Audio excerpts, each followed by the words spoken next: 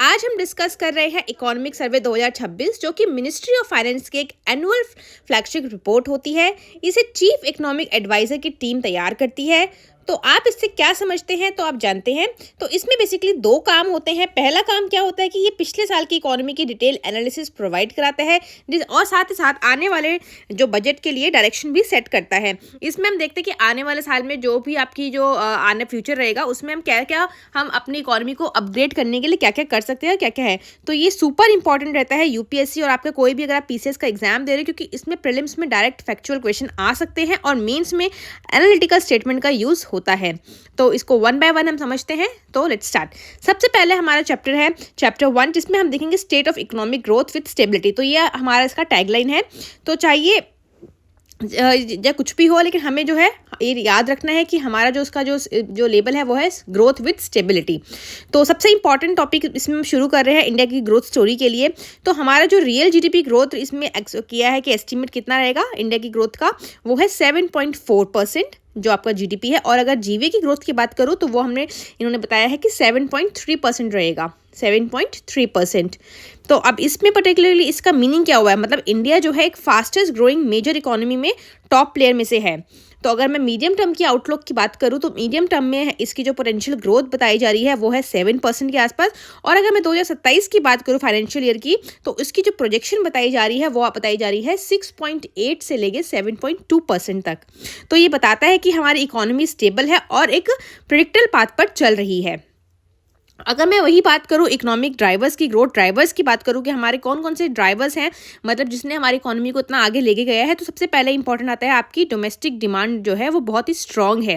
अगर दूसरी बात करूं कि और कितनी है वो प्राइवेट फाइनेंशियल कंजम्पशन, वो 61.5% है ऑफ हमारे जीडीपी की।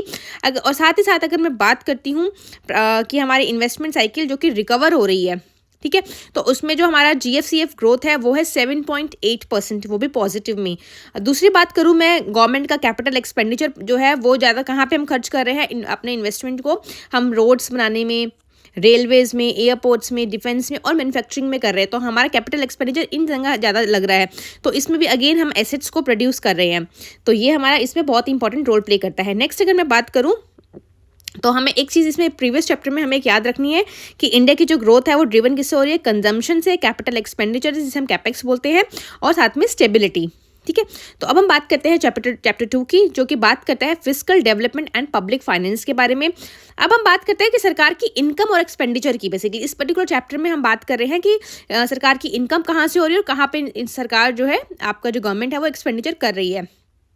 तो सबसे पहले हमें इसके लिए समझना होगा कि फिस्कल कंसोलिडेशन क्या होता है।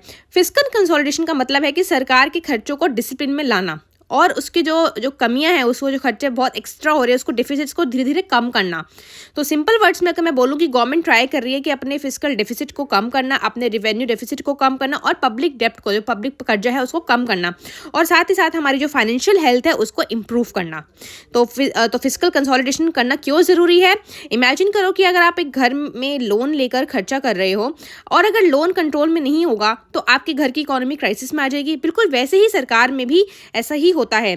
तो इसलिए हमें अपने जो कर्जा है उसको कम करना है, डेब्ट को कम करना है, इंटरेस्ट पेमेंट का बर्डन जो है हमें कम करना है और फ्यूचर की ग्रोथ के लिए फिस्कल स्पेस को क्रिएट करना है। तो इससे हमारी क्या होगा, इंटरनेशनल रेटिंग भी इंप्रूव होगी और हमारी इकोनॉमी में एक स्टेबिलिटी बनी रहेगी।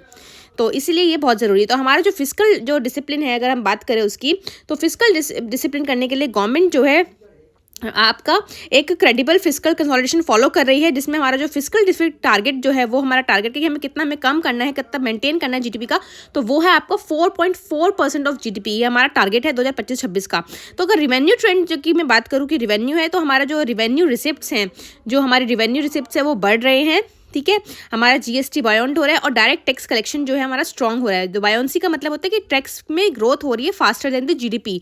तो हमारा टैक्स जो है वो ज़्यादा बढ़ रहा है, तो हमें टैक्स से काफ़ी अच्छा पैसा आ रहा है। तो मतलब हमने क्या देखा इसमें कि गवर्नमेंट मेंटेन कर रही है क्रेडिबल फिस्कल कंसोलिडेशन। ठीक है, और फिस्कल डिफिसिट को कंट्रोल करने के लिए 4.4% ऑफ जीडीपी का हमारा टारगेट था। और हमारा जो कैपिटल एक्सपेंडिचर है वो ज़्यादा है as compare to revenue expenditure.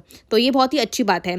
तो रिवेन्यू ट्रेंड में क्या हमने बढ़ा कि हमारे जो रेवेन्यू रिसिप्ट है उसमें राइज हो रहा है, जीएसटी बायंस है और डायरेक्ट टैक्स कलेक्शन में इंप्रूवमेंट हो रही है। तो इससे हमें जो हमारा जो फिस्कल डिफिसिट उसको कम करने में हमें बहुत ही आपकी अच्छी हमें सहायता मिलेगी। तो अगर मैं बात करूँ डेफिसिट इंडिकेटर्स की, तो हमारा डेफिसिट इंडिकेटर जो है बेसिकली टैक्स पेयर का जो बेस है वो इंप्रूव हो रहा है, कॉम्प्लाइंस इंप्रूव हो रहा है, मतलब लोग ज़्यादा टैक्स भर रहे हैं, और जो प्राइमरी डेफिसिट था हमारा वो धीरे धीरे कम हो रहा है। तो ये बताए तो एक अच्छा एक इंडिकेटर है। और डेप्ट टू जीडीपी की रेशो की मैं बात करूँ तो वो भी एक मैनेजेबल रेशो में आ रही है। तो नेक्स्ट हम बात करते हैं चैप्टर 3 की। चैप्टर 3 बात करता है inflation, monetary policy and banking के बारे में। इन्फ्लेशन यूपीएससी का एक फेवरेट टॉपिक है, इसमें से काफ़ी क्वेश्चंस आता है। इन्फ्लेशन में सबसे पहले हमारा सीपीआई इन्फ्लेशन की अगर मैं बात करूं तो अप्रैल से दिसंबर 2025 में जो इन्फ्लेशन रहा है वो बहुत ही रिमार्केबल है, 1.7% है, lowest in more than a decade रहा है ये, ठीक है। और जो इसका रीज़न जो बता रहे हैं कि वो है फूड डिसइन्फ्लेशन, मतलब फूड डिसइन्फ्लेशन रहा है because of supply side reform. Supply side में काफ़ी अच्छा रिफॉर्म हुआ है, बफर स्टॉक मैनेजमेंट हुआ है, तो इसकी वजह से हमारा जो फूड है उसमें महंगाई नहीं बढ़ी है बल्कि वो लोअर साइड ही रहा है। और जो हमारा डब्ल्यूपीआई है वो हमेशा एकदम नॉर्मल ही रहा है, वो भी पेनिन ही रहा है। तो नेक्स्ट मैं बात करती हूँ आरबीआई पॉलिसी के, मॉनेटरी पॉलिसी के बारे में। तो आरबीआई की जो मॉनेटरी पॉलिसी होती है उसका बहुत बड़ा एक इंपॉर्टेंट रोल होता है हमारे इन्फ्लेशन को, हमारी मॉनेटरी पॉलिसी को कंट्रोल करने में, इन्फ्लेशन को कैसे वो मैनेज कर सकते हैं। तो आरबीआई की पॉलिसी एक बहुत ही नीम का पत्थर साबित हुई है। बट इसमें एक सबसे इंपॉर्टेंट चीज़ हमें याद रखनी है कि जो आरबीआई की मॉनेटरी पॉलिसी है उसने मेंटेन किया है withdrawal of accommodation, limitedly carefully manage किया है, लिक्विडिटी को केयरफुली मैनेज किया है, और साथ ही साथ जो उसका जो ऑब्जेक्टिव रहता है कि इन्फ्लेशन को कंट्रोल करना, वो उसने सक्सेसफुली अचीव करा है। वही अगर मैं बात करूं बैंकिंग सेक्टर की, तो बैंकिंग सेक्टर में जो है स्ट्रॉन्ग प्रॉफिटेबिलिटी का शो कर रहा है, और जो नेट एनपीए है, मतलब नॉन परफॉर्मिंग एसेट्स है, वो मल्टीपल ईयर से जो है वो लो रहा है। तो एनपीए भी कम हुआ है इस साल में, और हमारा जो बैंक की जो प्रॉफिटेबिलिटी है वो भी इंप्रूव हुई है। अगर मैं कैपिटल एडिक्वेसी की बात करूँ तो वो भी हमारी काफ़ी हाई रही है। तो इसका मतलब क्या है, क्रेडिट ग्रोथ जो है एमएसएमई सर्विसेज में, हाउसिंग सेगमेंट्स में ये काफ़ी स्ट्रॉन्ग रहा है। तो इससे हमें हमारी इकोनॉमी को एक अच्छा बूस्ट मिला है। तो वही मैं बात करूँ फाइनेंशियल इंक्लूजन के बारे में, तो फाइनेंशियल इंक्लूजन में 31 करोड़ लोगों ने जो है ई श्रम पोर्टल पे रजिस्टर किया है, और उसमें 54% जो है वुमेन है। तो इससे हमें पता चलता है कि हमने कितना फाइनेंशियल इंक्लूजन किया, और इससे क्या हुआ है, एम्पावरमेंट भी हुआ है। तो ये आप एक चार्ट देख सकते हैं कि हमारा जो सीपीआई इन्फ्लेशन है वो कितना रहा है, 1.7% है, लोवेस्ट है पूरा एक डेकेड में। फूड की जो डिसइन्फ्लेशन हुई है और फ्यूल में भी डिसइन्फ्लेशन हुई है, कमी हुई है। तो हमारा जो याद रखना सीपीआई इन्फ्लेशन, हमारा ये क्वेश्चन पूछ सकता है आपके प्रीलिम्स में, तो ये कितना याद रखना है, 1.7%। ये आपके लिए किसी भी, आप अगर यूपीएससी और एचपीएससी है, या आपका हरियाणा, राजस्थान, या आप यूपी का जो भी एग्जाम दे रहे हो, उसके लिए ये वीडियो इक्वली इंपॉर्टेंट है। तो नेक्स्ट हम बात करते हैं, अपना नेक्स्ट सेक्टर है हमारा एक्सटर्नल सेक्टर, जिसको हम बोलेंगे, हमें कवर करेंगे इसमें ट्रेड को, आपके जितने भी रिजर्व्स है, करेंसी और ग्लोबल आउटलुक को हम इसमें कवर करेंगे। तो सबसे पहले अगर मैं बात करूँ रेमिटेंस की, जो रेमिटेंस रही है हमारी, जो अगर मैं बात करूँ सबसे हाईएस्ट है, इंडिया हमेशा टॉप रिसिपिएंट होता है। तो कितना हमारा जो है वो है, आपके जो डॉलर्स में बात करूँ तो आपके यूएस डॉलर्स में 135.4 बिलियन का जो है डॉलर्स का हमने रेमिटेंस किया है। इंडिया इसमें टॉप पर है। तो आपसे क्वेश्चन पूछ सकता है कि इंडिया अमंग दी नेशंस में कौन से नंबर पर आता है, तो आपको ऑप्शन में 2 दे सकते हैं कि चाइना है, नहीं, लेकिन हमें याद रखना है कि इंडिया जो है नंबर 1 पर है। वही अगर मैं बात करूँ फॉरेन रिजर्व्स की, फॉरेक्स रिजर्व्स की बात करूँ, तो हमारे पास जो है 701.4 बिलियन के, हाईएस्ट इन द वर्ल्ड, ठीक है, इतने फॉरेक्स रिजर्व्स हैं, ठीक है। और ये जो है ग्लोबल अनसर्टेनिटी के लिए वक्त पे बहुत ही ह्यूज बफर की तरह हमें यूज़ कर सकते हैं हमसे। तो ये बहुत ही अच्छा है कि इंडिया के पास इतना अच्छा फॉरेक्स रिजर्व है। वही मैं बात करूँ ट्रेड के बारे में, ट्रेड के बारे में अगर मैं बात करूँ तो हमारा जो मर्केंटाइल एक्सपोर्ट शेयर है वो है 1.8% का, ग्लोबल ट्रेड का 1.8%, ये एक ह्यूज नंबर है। वही अगर मैं सर्विस एक्सपोर्ट की बात करूँ तो वो है आपका 4.3%। तो इंडिया जो है टॉप 5 सर्विस एक्सपोर्टर में आता है ग्लोबली, तो ये बहुत ही अच्छी है। अगर मैं फॉरेक्स रिजर्व की दोबारा से बात करूँ, अब मैं बात करती हूँ रुपीज़ की स्टेबिलिटी के बारे में। रुपीज़ जो है वो अभी भी स्टेबल है हमारा, ठीक है, और लेकिन उसमें डिस्पाइट बहुत सारी वॉलेटिलिटी बार बार आ रही है, बहुत बार वो ऊपर नीचे कर रहा है, लेकिन आरबीआई जो है उसको मेंटेन करने के लिए बहुत सारे इंटरवेंशन जो है, स्टेप्स जो है वो ले रहा है, ठीक है। तो यहाँ पे ये हो जाएगा, it is not forex reserve, it is rupees stability, ठीक है, इसको आप करेक्ट कर लेना, इट इज़ रुपीज़ स्टेबिलिटी।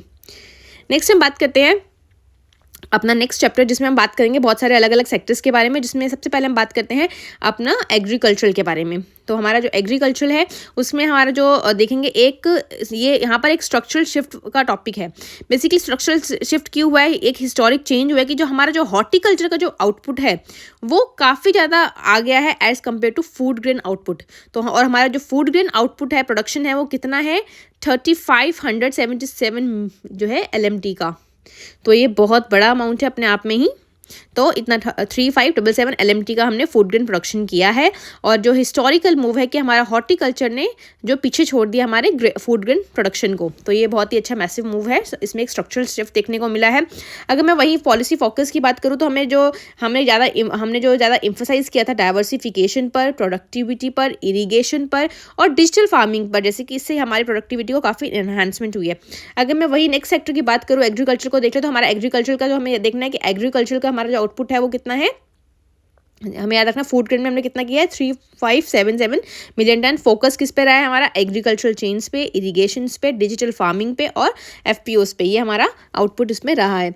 तो वही मैं बात करूँ तो नेक्स्ट हम बात करते हैं इंफ्रास्ट्रक्चर के बारे में। इंफ्रास्ट्रक्चर के ऊपर हमारा जो मेन फोकस रहेगा वो हमारा इंडस्ट्री का जो फर्स्ट आपका जो अगर मैं बात करूँ जो हमारा GVP है फर्स्ट हाफ में देखा जाए तो वो रहा है 7% के आसपास।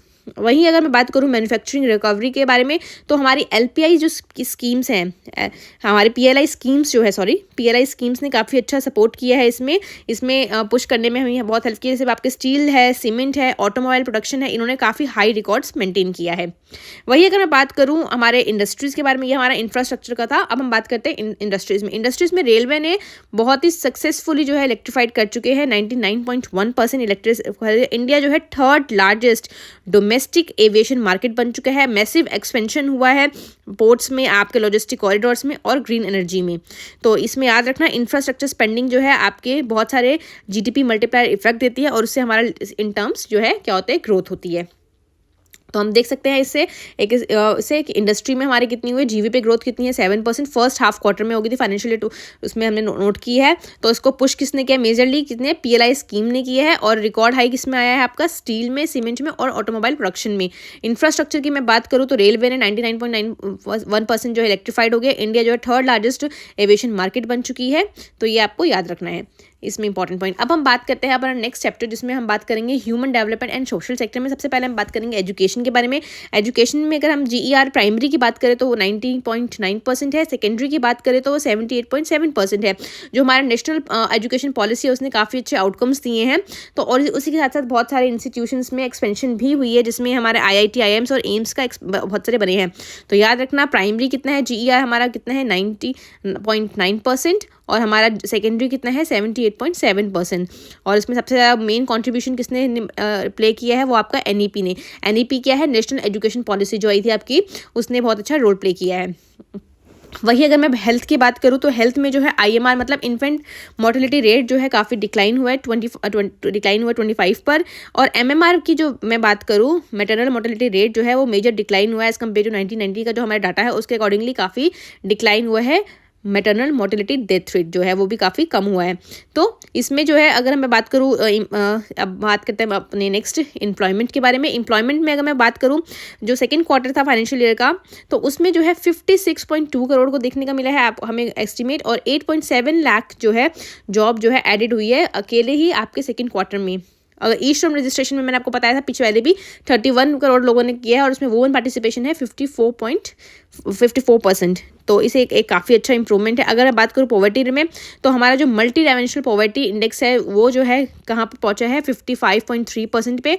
कहाँ से रिड्यूस हुआ है, डाउन फ्रॉम मतलब 55 पॉइंट से कहाँ पर आ गया है 11.2 पर आ गया। पहले हमारा 55 था मल्टी पॉवर्टी, वो किस पर आ गया है, वो डाटा हमें याद रखना है 11.28% पर है। हमारा जो MPI है वो कितना है 11.2%, डाउन हो गया। 55 था पहले 2005-06 में, तो अब कितने पे आ गए 11.28%। ये बहुत इंपॉर्टेंट फिगर है, आपसे डायरेक्ट इसमें प्रीलिम्स में क्वेश्चन आ सकता है तो उसको याद रखना। तो और इसका इतना रीज़न क्या है, हाउसिंग फैसिलिटी, आपको एजुकेशन, सैनिटाइजेशन, इलेक्ट्रिसिटी, ये जो है स्पेशल जो मेजर्स लिए गए हैं इसकी वजह से हमारा जो MPI पॉवर्टी इंडेक्स है वो डाउन में आ गया है। नेक्स्ट हम बात करते हैं, इसको एक बार हम देख लेते हैं, रिवाइज कर लेते हैं। एम्प्लॉयमेंट में हम कितना है, हमने 56.2 करोड़ एम्प्लॉयमेंट जो है करी है। और कितने न्यू जॉब्स कितनी क्रिएट हुई है आपकी 8.7% हुई है। पॉवर्टी इंडेक्स जो है हमारा 55.3% था आपको 2005-06 में, और जो है फाइनेंशियल ईयर के क्वार्टर 2 में कितना आया, 11.28% जो है आया। इंप्रूवमेंट में किसने मेजर रोल प्ले किया, आपका हाउसिंग ने, सैनिटाइजेशन ने, इलेक्ट्रिसिटी ने, इन सब ने अच्छा रोल प्ले किया है, और हेल्थ भी ऑब्वियसली। नेक्स्ट हम बात करते हैं न्यू फ्रेमवर्क्स में हम सबसे पहले 3 चीज़ों को हम देखेंगे इसमें। सबसे पहले इंपॉर्टेंटली इसमें हम देखना है डिसिप्लिन स्वदेशी मतलब एक न्यू कैटेगराइजेशन आई है सेल्फ रिलायंस की, इस बार बजट में इंट्रोड्यूस की। इसमें 3 टायर्स हैं। सबसे पहले जो इसमें जो टायर है नेशनल सिक्योरिटी क्रिटिकल आइटम, जिसमें कि अर्जेंट जो है हमने इंडिजाइजेशन किया, मतलब इंडिया का सामान को इनोवेशन में प्रोवाइड किया है।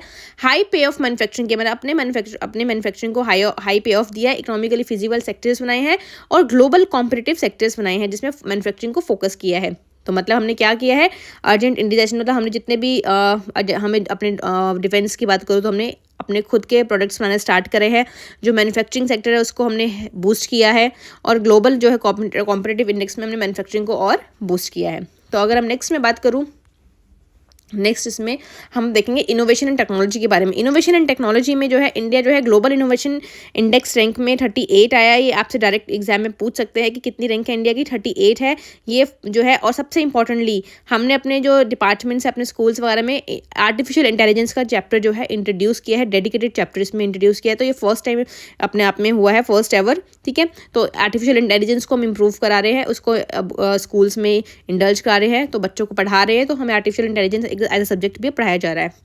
दूसरी हम बात करते हैं क्लाइमेट एंड सस्टेनेबिलिटी के बारे में। तो इसमें हमने जो पुश किया है टुवर्ड्स कहाँ पे किया है, ग्रीन हाइड्रोजन की तरफ, रिन्यूएबल एनर्जी की तरफ, सर्कुलर इकोनॉमी और रैप का क्लाइमेट रिसाइलेंट एग्रीकल्चर के ऊपर। तो इससे हमारा जो क्लाइमेट है उसको हम सस्टेनेबल कर सकते हैं। अब हम कुछ स्टेट्स की बात करें तो हमें क्या क्या जिसमें चीज़ें याद रखनी है। हमारी जो जीडीपी ग्रोथ है जो है वो हमने 7.4% है रियल जीडीपी की। प्रोजेक्शन क्या किया हमने 2027 के लिए 6.8 से 7.2% का प्रोजेक्शन है। सीपीआई इन्फ्लेमेशन हमारी कितनी है 1.7। फॉरेक्स रिजर्व कितना है 701.4 बिलियन। अगर हमारा जीएफसीएफ ग्रोथ की बात करें वो 7.8%। हमारा एमपीआई कितना है 11.28%। हमारा जीईआर प्राइमरी क्या है 90.9%। और फूड ग्रेन प्रोडक्शन कितना है 35,177 LMT। ये हमारा प्रोडक्शन है। तो मैं इसकी आपको पूरी की पूरी एक पीडीएफ और साथ ही साथ इसमें कुछ एक एमसीक्यूज भी लेकर आऊँगी। तो मैं इसकी पीडीएफ आपको अपने टेलीग्राम चैनल पे प्रोवाइड कर दूँगी। अगर आपको वीडियो अच्छी लगी तो प्लीज़ तो सब्सक्राइब करना। Thank you.